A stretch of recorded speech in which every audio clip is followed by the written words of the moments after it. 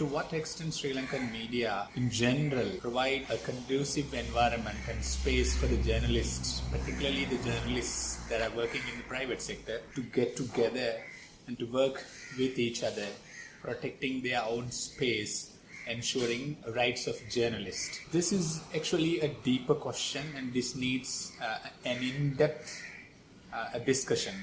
Putting this question into a context of a larger media freedom in Sri Lanka, first one must understand Sri Lanka journalists in general are working in an environment where media is to a great extent is not free. And I could perhaps cite recent time studies done by a group of Sri Lankans.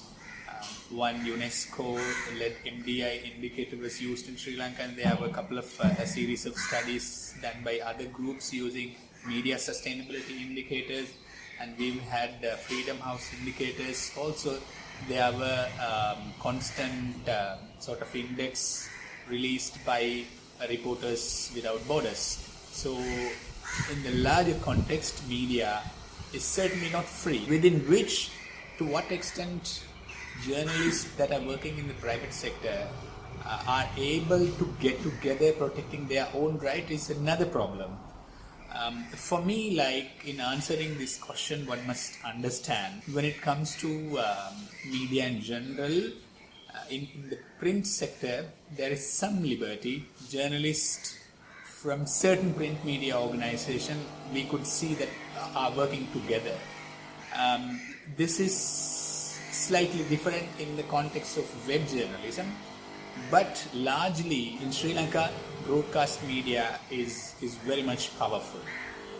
Taking that into consideration, journalists from broadcast media certainly finding it difficult to get together, form union, work on their own rights, raise their concerns being in a common ground, I think is certainly limited due to various factors. One core factor one must understand is that lack of media pluralism. I mean, I remember there was a study done by Verite Research recently that certainly confirms that more than 70% of the broadcast viewership is shared among 4 to 5 media owners. Those are certainly people in power or in politics, or at least supporting the politics.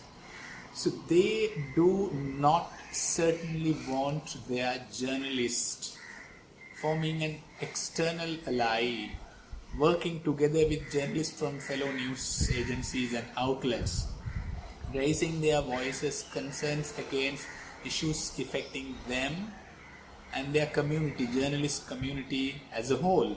So also, like one could argue perhaps there is some level of momentum, but we don't see that. I mean, I personally don't see a right-based movement of journalists that are working for private broadcast media institution with an aim of working on their own rights. I mean, we could see the broadcast guild, that was a new establishment, but I'm not sure that is to work on the rights of the journalist community.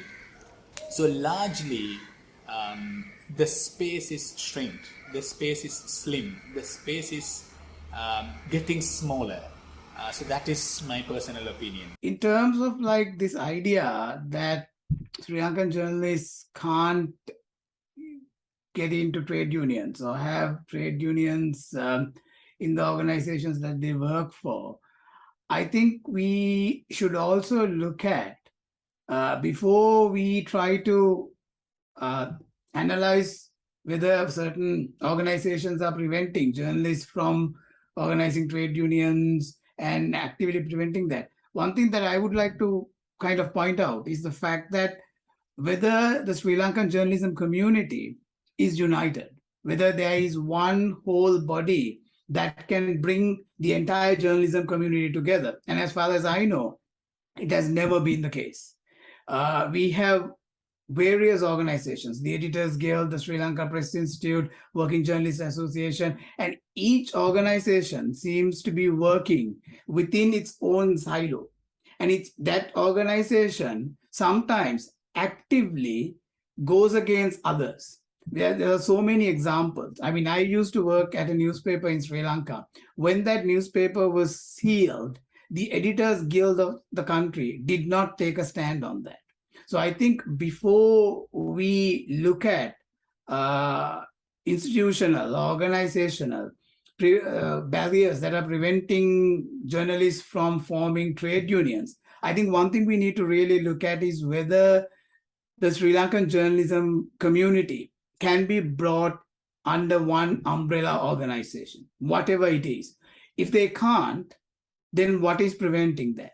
Now, why I'm saying that is that if you can bring at least the majority of the journalism and the media professional community under one umbrella body, that can build pressure, that can lobby as a community.